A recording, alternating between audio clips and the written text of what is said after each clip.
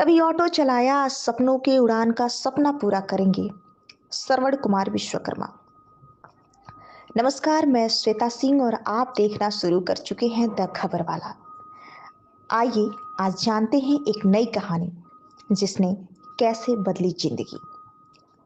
कभी कानपुर की सड़कों पर टेम्पो के इंजन की आवाज और आज रनवे की विमान की गूंज। यह कहानी किसी फिल्म की स्क्रिप्ट नहीं, बल्कि उस जिद की मिसाल है जो हालात से हार मानने से इनकार कर देती है। जिस शख्स ने आम आदमी की तरह जिंदगी देखी, वही आज हवाई सफर को आम लोगों के और करीब लाने की तैयारी में है।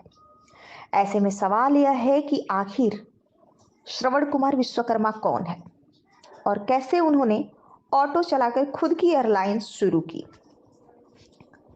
कानपुर से उड़ान का सपना। उत्तर प्रदेश के कानपुर में जन्मे श्रवण कुमार विश्वकर्मा की जिंदगी साधारण हालातों से शुरू हुई थी। मध्यम वर्गीय परिवार, सीमित संसाधन और जिम्मेदारियों से भरा बचपन था।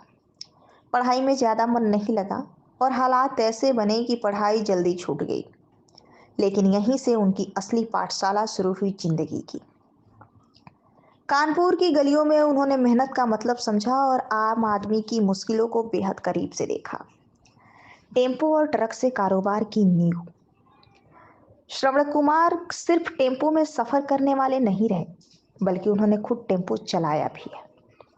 उनका कहना है कि जो इंसान नीचे से ऊपर आता है वह साइकिल, बस, ट्रेन, टेम्पो सब कुछ देखता है और यही अनुभव उसे जमीन से जोड़े रखता है। धीरे धीरे उन्होंने बिजनेस की राह पकड़ी और सबसे पहले टीएमटी सरिया का कारोबार शुरू किया। फिर सीमेंट, माइनिंग और ट्रांसपोर्ट सेक्टर में कदम रखा। ट्रकों का बड़ा बेड़ा खड़ा किया और यहीं से उनकी पहचान एक सफल कारोबारी के तौर पर बनने लगी। एविएशन की ओर झुकाव कैसे हुआ? करीब 3 से 4 साल पहले श्रवण कुमार को लगा कि अब कुछ अलग और बड़ा करने का वक्त आ गया है। उनका मानना था कि एविएशन आने वाले समय की सबसे बड़ी ग्रोथ इंडस्ट्री बनने वाली है। एक यात्रा के दौरान उन्होंने महसूस किया कि मध्यम वर्ग के लिए सस्ती, भरोसेमंद और पारदर्शी एयरलाइंस की भारी कमी है। यहीं से संघ एयरलाइंस का विचार जन्मा, जिसका मकसद हवाई सफर को सिर्फ अमीरों की सुविधा न रहने देना था। संघ एयरलाइंस का नाम और सोच। श्रवण कुमार विश्वकर्मा ने अपनी एयरलाइंस का नाम रखा संघ एयरलाइंस। संघ भारतीय संस्कृति में शुभता और नई शुरुआत का प्रतीक माना जाता है।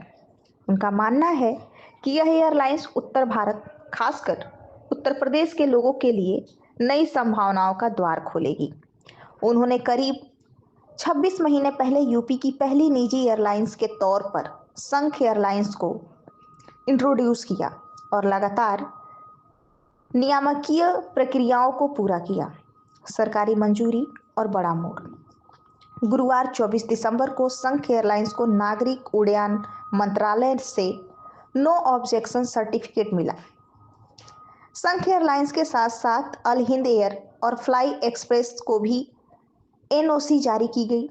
यह मंजूरी किसी भी नई एयरलाइंस के लिए सबसे अहम कदम होती है, क्योंकि इसके बाद ऑपरेशन तैयारी और उड़ानों की दिशा में रास्ता साफ हो जाता है। श्रवण कुमार के लिए यह पल सालों की मेहनत और धैर्य का परिणाम था। टिकट कीमतों को लेकर अलग मॉडल। संघ एयरलाइंस का सबसे बड़ा दावा है no dynamic pricing. Shravan Kumar साफ कहते हैं कि सुबह 5,000 रुपये की टिकट शाम को 25,000 रुपये नहीं होगी। त्योहार हो, कुंभ मेला हो या अचानक डिमांड बढ़ जाए, किराया आसमान नहीं छुएगा। उनका फोकस मध्यम वर्ग पर है, जो समय बचाना चाहता है लेकिन अनिश्चित और महंगे किराए से डरता है। तय रेट, सीमित मुनाफा और भरोसेमंद सेवा, यही संघ एयरलाइंस का बिजनेस मॉडल है।